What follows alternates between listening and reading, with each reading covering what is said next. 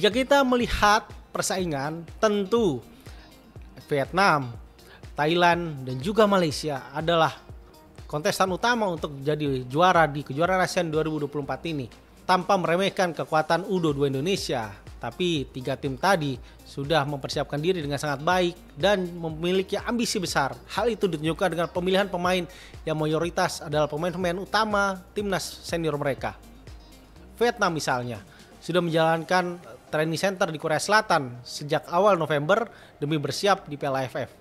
Pemain senior seperti Dang Van Lam, Nguyen Tien Linh, dan juga Nguyen Quang Ho tetap menjadi andalan Vietnam untuk mengejar trofi. Dengan persiapan dan juga susunan skuad yang bisa dikatakan terbaik dimiliki oleh Vietnam saat ini, tentu mereka mengejar trofi ketiga yang terakhir kali mereka rebut pada tahun 2018 lalu.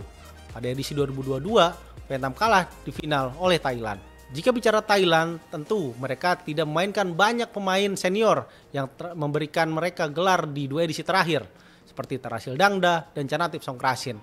Tapi Thailand tidak bisa diremehkan karena mereka datang dengan 4 pemain yang berlaga di luar negeri, seperti Spacok Saracat yang kini bermain di Consadole Sapporo di Jepang, dan juga Nicolas Mikkelsen yang bermain di Norwegia.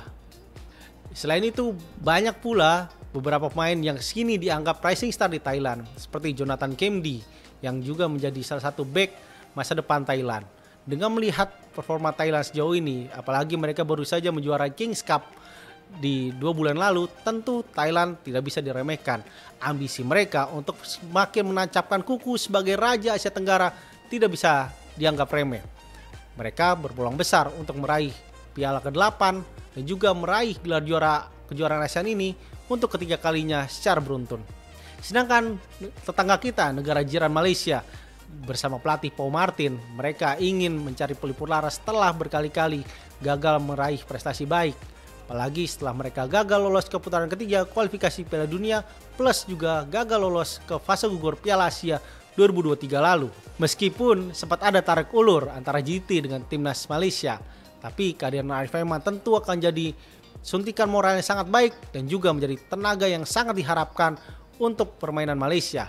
Bersama Sahir Rashid di sisi sayap, begitupun masih ada di lini belakang pemain-pemain senior seperti Don Coles, dan juga di lini depan penyerang naturalisasi seperti Sergio Aguero tentu akan menjadi harapan Malaysia untuk mengejar trofi kedua mereka setelah terakhir mereka merebut Piala AFF ini pada tahun 2010 setelah memenangkan laga melawan Indonesia. Dengan kekuatan 3 tim teratas yang juga datang dengan skuad paling senior, rata-rata 3 tim itu datang dengan pemain berusia di atas 26 tahun, sedangkan Indonesia hanya menurunkan skuad dengan rata-rata 20,9 tahun. Apakah Indonesia bisa menghadapi mereka?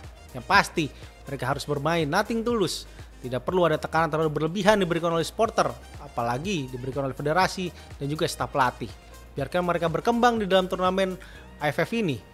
Apabila mereka bisa memberikan permainan terbaik, apalagi mencapai ekspektasi lolos ke final, tentu harapan regenerasi agar timnas senior memiliki banyak bank data skuad untuk bermain di timnas senior akan semakin baik. Dan jika melihat setidaknya susunan di grup B, Indonesia setidaknya minimal bisa menjadi runner-up di grup B di bawah Vietnam. Laga kandang menghadapi Filipina dan juga melawan Laos harus dimanfaatkan untuk meraih kemenangan. Apalagi Indonesia akan bermain dengan suasana baru setelah Stadion Manahan ditunjuk sebagai tuan rumah untuk fase grup di kejuaraan ASEAN 2024 ini.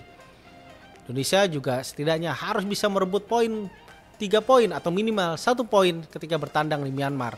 Menghadapi Vietnam dalam laga tandang di Vietri Stadium tentu bukan hal mudah, tekanan besar, apalagi kita datang dengan mayoritas pemain muda.